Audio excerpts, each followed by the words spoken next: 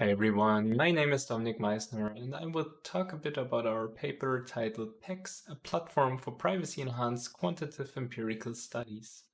This is joint work with my colleagues from the Institute of Distributed Systems at Ulm University in Germany. I will start off by introducing the problem we are attempting to solve in our motivation. Empirical sciences gain knowledge by observation of phenomena that are not directly measurable.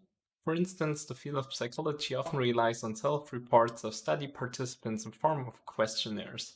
Such questionnaires can include qualitative and quantitative items. We will be focusing on the latter. In the last decade, empirical sciences and especially social sciences have been facing a replication crisis, meaning that researchers were unable to replicate experiments and results reported by other researchers, and even affecting key publications that a lot of other works have been based on. Additionally, journals have a leaning to accept publications with new and positive results and to reject publications that only replicate other research or that reported negative results. This publication bias encouraged questionable research practices to enhance results, such as manipulating data to produce statistically significant results, so-called p-hacking, and formulating hypotheses after the results have been found, so-called harking. There are attempts to counter these issues, such as journals that favor publications that replicate experiments and the practice of pre-registering a study before it's conducted. Pre-registered studies directly address issues such as harking by having a peer review of study designs and publishing hypotheses before results are known. Additionally, more and more researchers now publish their raw datasets to encourage replication and validation of results. Datasets of studies that involve data of human participants do, however, raise the question of the participants' privacy. Large datasets allow re-identification and de-anonymization attacks, and participations may be linked across different studies. This is especially an issue for studies that operate with highly sensitive personal data, such as a participant's sexual orientation, drug usage, or criminal conduct. Researchers who publish such datasets are often no experts in privacy, and their anonymization and pseudonymization attempts may be flawed.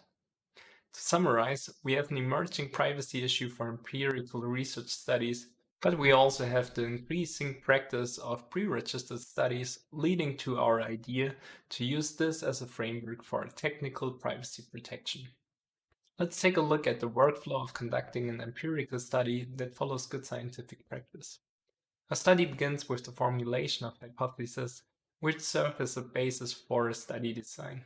Research on human subjects may have ethical issues, therefore the study design has to be approved by an ethics board before proceeding. Once the study design is accepted, the study can be conducted and data of participants is collected. When the targeted samples reach, the execution can be completed and the researchers can analyze the collected data. Following the statistical analysis of the data, the results will be reported in form of a publication. In case of a pre-registered study, we introduce 3 additional steps. After the approval of an ethics board and before the execution of the study, the design is peer-reviewed and published. And additionally to publishing the results, a detailed protocol of study execution is prepared and published to provide details for later validation and replication. This process involves multiple parties, each with their own interests. In the center, we have researchers like us who want to advance the state of knowledge, who work honestly and follow best scientific practices. We have an ethics board, which supervises ethical integrity and protects the reputation of the associated institution. It would be bad press to have an ethical scandal under their noses. Participants are an integral part of the process, as they are the research subject. They can be motivated by medical and scientific advances or participation rewards. And last but not least, we have the research community. We as peers are also interested in advancing the state of knowledge and hence critically review studies and results. For our upcoming approach, we also consider a few malicious parties. Researchers may act maliciously to enhance their output and thus want to publish at all costs. This can lead to behaviors such as skipping an ethics board approval, applying questionable research practices like the examples I've mentioned before, or even go as far as manipulating or fabricating datasets.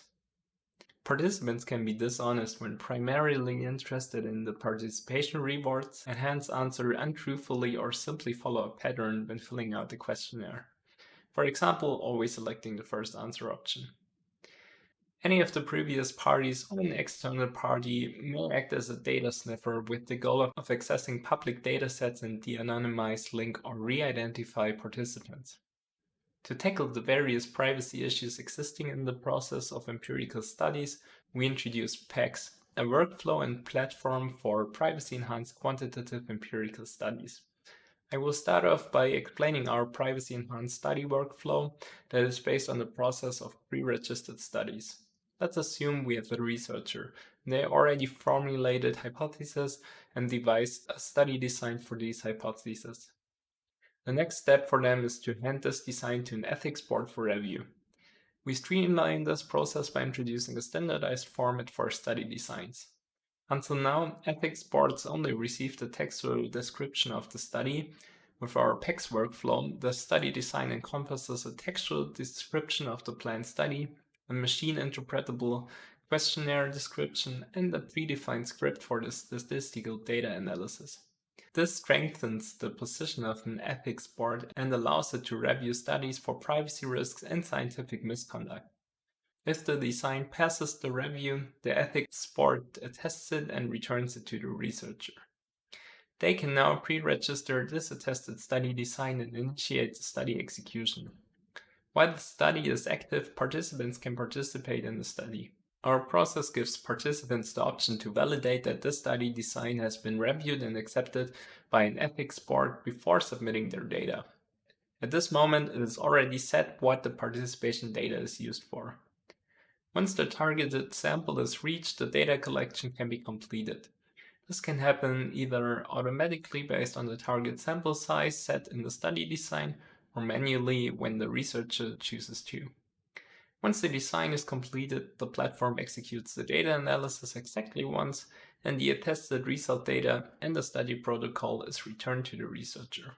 The central component of this workflow is the PeQES platform, which I introduce now.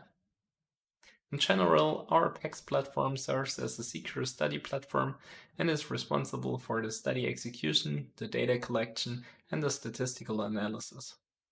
It therefore provides an interface for researchers to create studies, an interface for ethics boards to attest studies, and lastly for participants to participate in studies in form of an online survey. To go into more details, a study specification includes description of surveys and questionnaires, with all necessary information to render an HTML form for data input. These surveys and questionnaires also serve as a specification for data items that will be collected during participation and are identified by a unique variable name, so that they can be referenced in the statistical analysis scripts. As the analysis scripts have to be defined beforehand, they have to implement all assumptions of the researcher and their hypothesis. I won't go into too much detail here, but as an example, this could mean to include tests for a specific distribution and choosing the correct statistical test. For example, testing for normal distribution and either using a student's t-test or a Wilcoxon signed rank test. This step can also be used to address malicious participants that I introduced earlier. This can be done using control items that are used to detect participants that select items based on the pattern. However, such data cleansing and validation scripts are specific to the individual study and hence considered out of scope. This study specification will be presented to an ethics board, which can then, based on the given information, review and attest it. For researchers, the platform is presented as a black box, meaning that they only get a highly restricted access to the platform. Researchers are only allowed to submit attested studies, complete running studies, and download the final output of their analysis scripts. They are explicitly not allowed access to collected entries and raw data, are not allowed to change the analysis script after a study has started, and cannot interactively explore and analyze the collected data. We acknowledge that especially this last point is a drastic limitation for researchers, but we argue that this is acceptable for the type of study we address. It is common for researchers to execute explorative studies with smaller samples beforehand to generate hypotheses. This type of explorative study is not a good candidate for a platform, but the privacy risk is also lower because of the smaller sample size. Instead, we target well-developed studies with larger sample sizes and with defined hypotheses. Since we cannot assume researchers to come up with a bug-free analysis script without any possibilities to try it out beforehand, we allow pilot studies that are not subject to the same restrictions. This allows access to raw data and enables researchers to implement pilot studies where they test their statistical analysis and study specification before sending it for review to an ethics board and executing it with a larger sample size. Based on these requirements, our platform component has to be trusted by participants and has to implement secure data handling. There are multiple technical approaches to implement this kind of trusted service, such as secure multi-party computation, homomorphic encryption, and trusted execution environments. For our prototype, we opted for the latter to build a practical solution and choose Intel SGX to implement the prototype, since it is widely available. The underlying protocol is only loosely coupled to SGX and can be easily ported to a different trusted execution environment. One aspect of trusted execution environment that is vital for the architecture is remote attestation. This allows remote parties to attest that the platform runs on genuine hardware and matches a binary that they expect it to. Let's take a look at the architecture of our prototype and how different parties interface with it. The PeQES platform consists of a trusted and an untrusted component. The trusted component is executed as an SGX enclave and manages studies and all participation data. To keep participation data private at all times, we included the statistics engine in the enclave. While residing in memory, participation data is encrypted by Intel SGX. But because memory is limited, we have a way to persist participation data in cooperation with the untrusted operating system by encrypting it with an SGX sealing key and keeping an Merkle tree in memory to detect rollback attacks by the untrusted operating system. One major design requirement was to keep the participation hurdle low, and thus we don't want to require that participants install any specific software. So we designed the interface of the involved parties as a web application that interfaces with an HTTP-based API inside the enclave. We terminate the TLS connection outside the enclave, as the untrusted operating system would be able to shadow the enclave. Instead, the web app and enclave communicate using encrypted and authenticated messages over the HTTP connection. Due to the way Intel implemented remote attestation for SGX, we cannot attest the enclave from within an unmodified browser. Instead, we assume participants to have trust in the ethics board and build transitive trust of participants via an ethics board to the platform. So in more detail, that means that when an ethics board reviews a study, it will perform a remote attestation to verify that the platform runs in a genuine SGX enclave and that the PeQES software was not modified. The enclave will generate a key pair for the study. If the remote attestation is successful, the ethics board will sign the study specification and the public key of the study. When a subject later participates in this study, they only have to validate the signature of the ethics board to validate the authenticity of the enclave, because the private key of the study never leaves the enclave. This enables participants to use a basic web browser to interact with PeQES, and only the ethics board requires a special client when approving a study, which we argue is practical. The signed public key of the study can also be used as the basis for an authenticated Diffie-Hellman key exchange. The resulting key is used to communicate with the enclave, and as we are using an authenticated key exchange, the untrusted operating system of the platform cannot hijack this connection or execute a machine-in-the-middle attack. We implemented our prototype of the PeQES platform in Rust using the Fortinix SGX SDK. Study specifications are implemented as JSON documents, and we included an embedded JavaScript engine in the enclave to use as a sandbox statistics engine, utilizing the JSTAT library for statistical operations. The web application for researchers, participants, and the ethics board is implemented as a single-page application using Vue.js and using Survey.js to render questionnaires. The cryptographic flows of the PeQES protocol are implemented using the browser-native web cryptography API. Ethics boards have an additional Rust-based command line program to remotely attest the platform and approve a study. Here on the right side, you can see an example of how the results of a completed study are presented to researchers in the web application, including additional metadata of the enclave.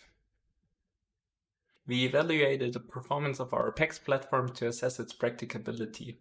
For this, we examined two interactions with the platform closer and compared it to a functional equivalent platform that is not protected by an SGX enclave. The first interaction is the latency a participant experiences when submitting their data to participate in a study. With a sample size of 10,000 submissions, 99% of submissions took 19.8 milliseconds with the unencrypted baseline implementation and 35.2 milliseconds with PeQES. The second scenario is the completion of a study and the time the platform requires to compute the results of the statistics script. Our example study used a common personality traits questionnaire, and the analysis script explored differences in two subdemographics split by age using an independent two-sample t-test. A synthetic workload generator submitted up to 10,000 participations for each run, and we repeated this experiment 10,000 times. The bar chart on the right shows the mean computation time in seconds in relation to the number of submissions. The arrow bar represents the 95% confidence interval. With 10,000 submissions, the mean computation time of the baseline implementation is 4.6 seconds and 72.4 seconds with PeQES, which is 15.7 times as high as the baseline.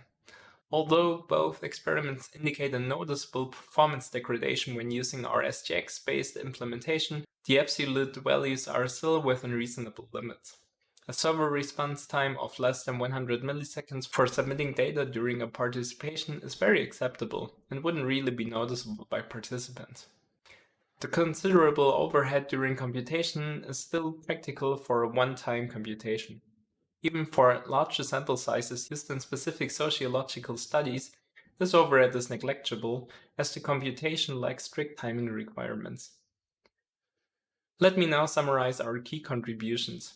We introduced an enhanced study workflow, building on top of the practice of pre-registration that utilizes technical study specifications in contrast to merely text-based descriptions.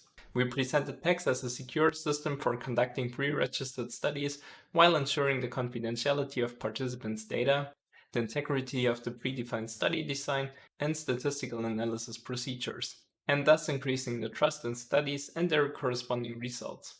Our proof of concept implementation and evaluation artifacts are available on GitHub, including instructions to replicate our results. We are planning to continue work in this area and extend the capabilities of our framework and platform by incorporating a participant management module to enable privacy-preserving rewards for participants and adding data access policies that enable secondary data usage, such as meta-analysis and validation studies. If you'd like to discuss this further or have any questions, feel free to reach out to me or any of my co-authors. Thanks!